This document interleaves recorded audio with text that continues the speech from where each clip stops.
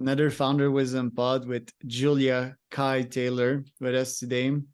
I had Anadi on the podcast the other day. He's the CEO of a sports tech company, and he referred me to his wife saying she's amazing, and she is. She ran a 2:36 marathon for my runners out there, so that is pretty incredible right there. I think I'm still at a 3 hour 30 or 4 hour pace. Like this is just crazy. And Kipchoge, the fastest man in the world, I mean, 2 hour marathon, and like he's just flying all his way there. I was watching Julia winning the Dublin marathon some time ago, and that's like, okay, wow, that is a lot of work, effort, discipline, also genes, because me and Julia were talking about that.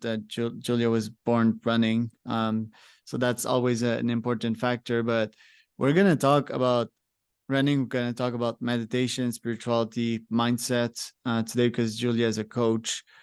This podcast is brought to you by podfire.com. If you want to start your own podcast, be invited to one, have sponsors, or even scale your podcast, because not everyone's at the same stage in the podcasting game. Podcasts are amazing because you can get great guests like Julia, pick their brain basically for free, get insights, build your community, get leads, and even get clients out of them.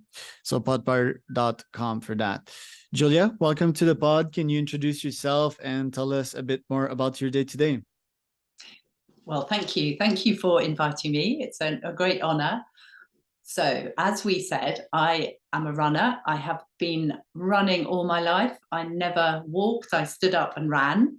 And I've run competitively my whole life. And I love trying to run fast. The truth is, I've got faster, slower, but I still love trying to run fast. It's a joy.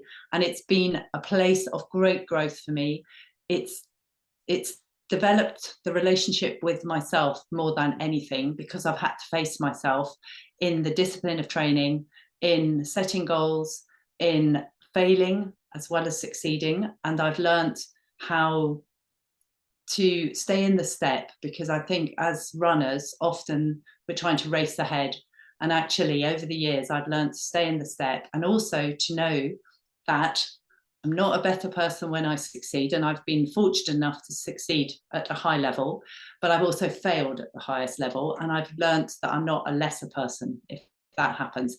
And that really, the bedrock of my own growth and my own relationship with myself, it led me into working in people's lives. I always say that I didn't exactly choose to be a counselor, coach, healer, mentor. It chose me. However, at some level, clearly I must have chosen it. But I was an athlete from a teenager. I then worked for my coach when I was 18, straight after school. And it was very innovative in the time, because it was a long time ago. And I found people found me very easy to talk to. And then I set up my own fitness center. And then it was evident that people were coming to me with all of their troubles, their most innermost struggles. So I trained to be a counselor and a coach. And then that's been my life's work. So as I say, it wasn't exactly a plan, but it's been the way I've lived, and I've loved it all my life. And I'm still working in people's lives, and I'm told I'm not allowed to ever retire. So I don't want to either. I think running is one of the lowest hanging fruit, because I could just put these headphones down right now and start running for a while. You know, I have feet and I can run, and that will generate adrenaline, endorphins, serotonin in my brain naturally. And as busy business people, we always have tons of ideas flowing. Me, I get all my ideas on run. You know, it just unblocks all the words that were stuck in there, mixes them together and makes sense out of everything. I get really smart when I run. That's where I get all my Twitter quotes. And I was reading your blogs, maybe where you get some of your ideas too. Running is just amazing. You probably support that statement. It's quite simple. That's I think why people should start with that. Me, I think that's what got me that in most part to where I am today, because taught me discipline. It kept me somewhat healthy in an unhealthy period of my life.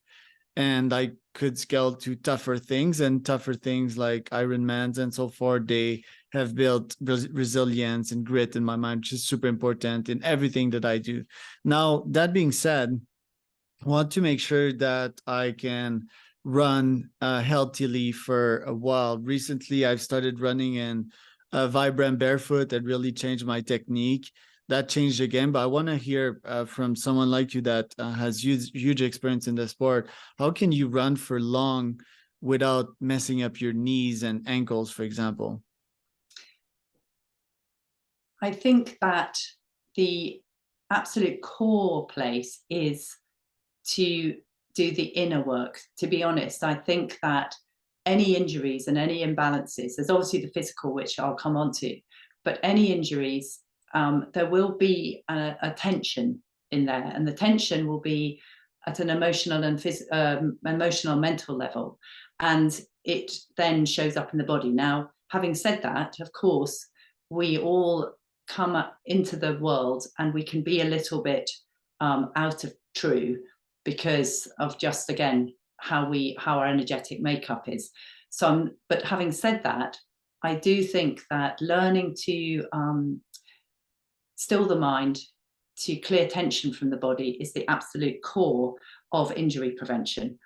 Then I think all the things you said about discipline and consistency need to be applied also to the looking after this body, which ends up being our vehicle. So if you're a cyclist, if you're an Ironman, you cycle. So you have to look after your bike. You have to make it sure it's all in true.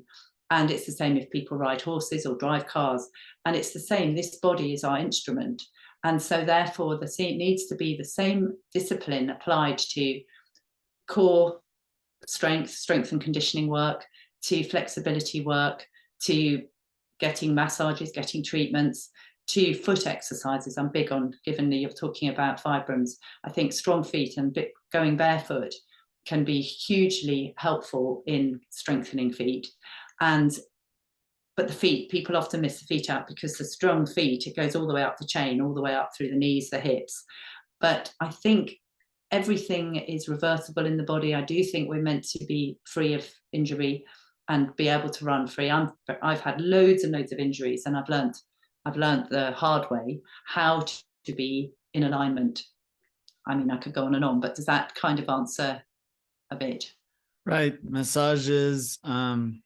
Also, I guess listening to your body at some points, because, for example, you might finish that race if you push through an injury out of ego, but that might kill like 10 or 20 other more ambitious races that you could have done in the future if you're pushing yourself too hard. So, because one of my first full Ironman, I continued running on a messed up knee, and that could have pretty much impacted my ultra career quite negatively. Fortunately, I had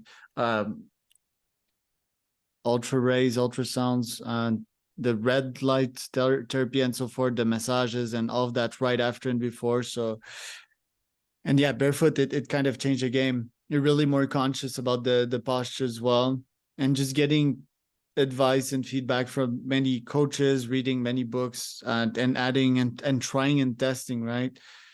For example, well, coach told me that I should run somewhat silently, but in my case, my new technique nowadays, I still hear pack, and when I do run that way, it helps me keep the rhythm and help my technique. So it's all about A/B testing and seeing what works and what doesn't. So yeah, it somewhat answers the question here. I want to learn about your preparations for these marathons that you did in incredible time. Plus, if you could tell the story of you winning, for example, the Dublin marathon and just crunching a marathon in 2 hour 36 minute, like how is that possible, and how does that feel when you finish it?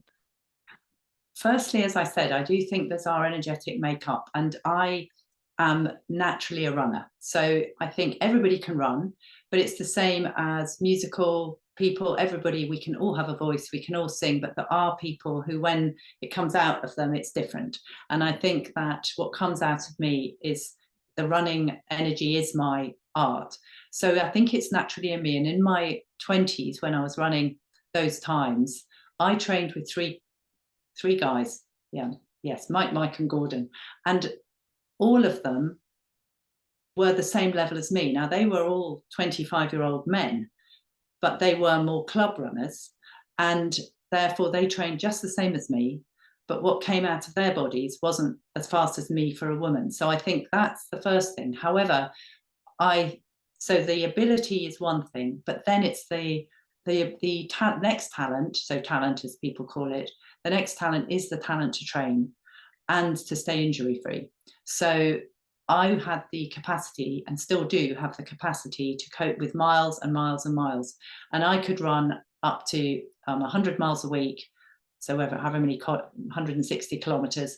And I would, for years, I ran that kind of up to probably averaging more like 80 miles a week, but lots and lots of miles. And I ran them very slowly.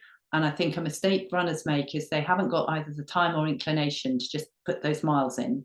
And people often run too fast to recover, but not fast enough to improve. So I did masses of miles, and I would probably, and still, run about 10% of that fast, and do that in interval training or threshold running or racing. And I think it's being very, very willing to do what people find boring. I think there's a quote that says, champions are the people who are willing to do the things other people find boring. And you just turn up and turn up. You have to get enough sleep, you have to eat well, get enough water, and keep aligned. And therefore it's actually simple, but as complex as human beings are. So then that's where all the stuff arises. Right. I'm reading your meditations, I would call them that one, your website. So tell us about how mindfulness came into your life and why is it staying? I think that again, a bit like running, I came in, I was born into a Christian family. So going to church was something, and that whole kind of community I came into. But I can remember when I was 8, sitting in church, and the preacher was saying about the serpent with the tail in its mouth, and how that was the place of resolution. And he was saying how we had to clear the darkness from within us to shine our light in the world, and that's what made the difference. And I was 8 years old, and I knew that was why I had come. And so it's never not been with me. I then was very fortunate that the church I was in had a very young second in command preacher who was in his 20s, and he started a youth group that I joined when I wasn't allowed to join till I was 12 or 13. And he encouraged us to investigate the Bible and see it more allegorically than actually. And then what that did was released me from the church, funnily enough. So I, at 16, started reading.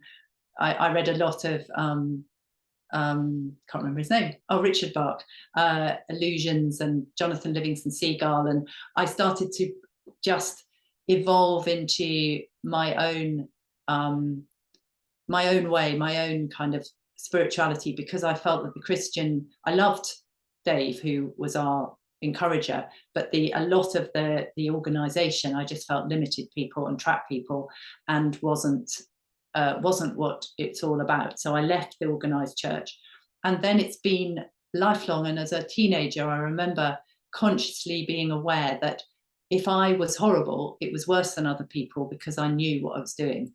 And then people started coming to me for guidance, as I say, from when I was 18. And therefore, I went, and I've had many teachers and people. And I remember when I was quite young, somebody saying to me, there's no rush, Julia. Things of the spirit happen in their own time. And you're here to heal, but you've got to clean your own mirror. That's all you've got to do, so that you're a clear reflection for whoever comes to you. And so it's never not been my life's work. And I teach people according to where I'm a therapist. So some people aren't interested at a spiritual level. So I meet people where they are. but I've got people who do want more deeper teaching. Oh, can you teach that to someone if it's not to just open their mind and open their doors and have them feel and think most likely differently? I think people being in my energy have an effect of my energy anyway. So my commitment is that more important than anything is I just effectively do my own work. And then whoever crosses my path, whatever they've come to seek guidance with, at a level, it's very evident when people are working with me that I'm working at a deeper level, and I'm teaching them to clear the blocks within them, and the pain within them, and the energy that's, not helping them. So I think that my model, for want of a better word, that I've developed over the years is at a deeper level, even though it's a conversational kind of process, and I give them homework. What do you get from these diaries of yours? I see there's an image accompanying each, and you're blogging / journaling about these. What benefits are there in doing that? I think it's a kind of channel. When I write, I have always written, again, ever since I was small. And I can remember at school, so I used to have the essay. I was about 10, and I wrote about war. And I wrote then, and I had an understanding of the yin and the yang. And I remember writing about the dying horses on the battlefield. But if you looked up, there was the beautiful sky and the sun. And then there was the war was over, and there was joyousness of people going back to their homes, but there was also sadness because some people didn't go back. And I wrote that all down at 10. So I had an awareness, and it just came through me. And so I find that if I just start writing, and I write often, I'll just say, oh, I was on a train going to run a race, and I start the paragraph, and then the thing comes through me, and then I just write it. And I like doing it. So for me, I like doing it. I used to do it too, but my case sometimes, as with OCD in my veins, I could take it like too far and just take too many notes.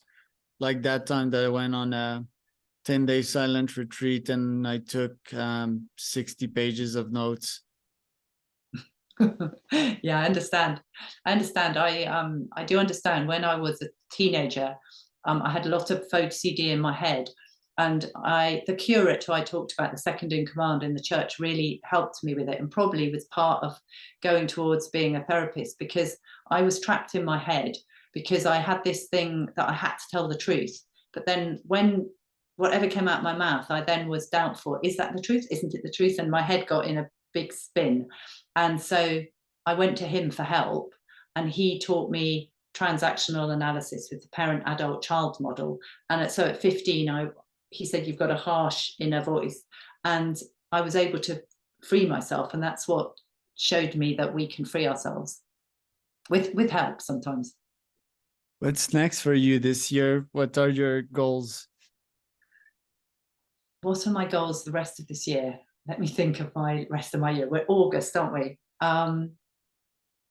In September, I'm going with a Nadi to Greece, and there's a race there that I'm looking forward to, which we've done before in Kirkarea, the capital, and it's a very lovely race. So I'm very much looking forward to that. I did it years ago. In November, I'm going to Cyprus to run a 10K. I'm looking forward to that. I've got a few abroad races, and I've just actually that's going into 24. And then in the end of the year, Nadia and I are going to Lanzarote. So my running goals are all abroad, and I'll run a 5K there. And I love racing abroad. I've also recently, in March this year, started a YouTube channel called Run with Julia. And that is proving it's more community-based, in that I meet other runners at races, and then they're able to share their story. So I'd like that to keep progressing. And then my work just has its own flow. My work, I probably like to do more. I'm going to do more. I used to do a lot of inspirational talks, but that stopped with all of the lockdown malarkey. So I'm going to I've just done a couple recently, so I'm going to do that, because I think speaking all this to a group of people is really lovely, and it's that shared energy can be really powerful.